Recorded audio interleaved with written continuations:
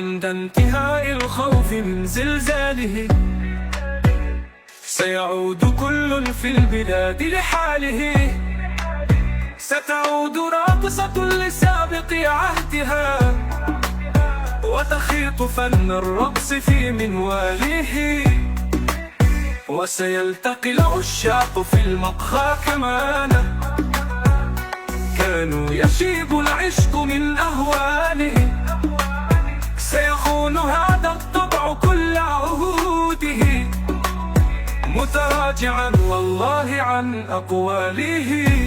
وتعود آلهة الحياة لشأنها، أي كل رب حل في تمثاله.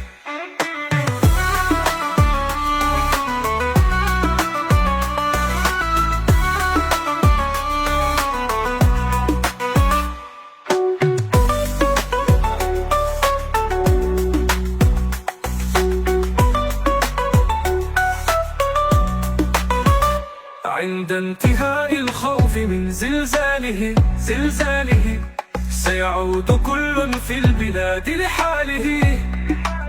ستعود راقصة لسابق عهدها وتخيط فن الرقص في منواله.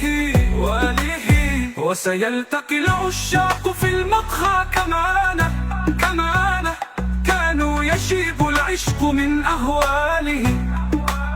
سيخون هذا الطبع كل عهوده، متراجعا والله عن أقواله.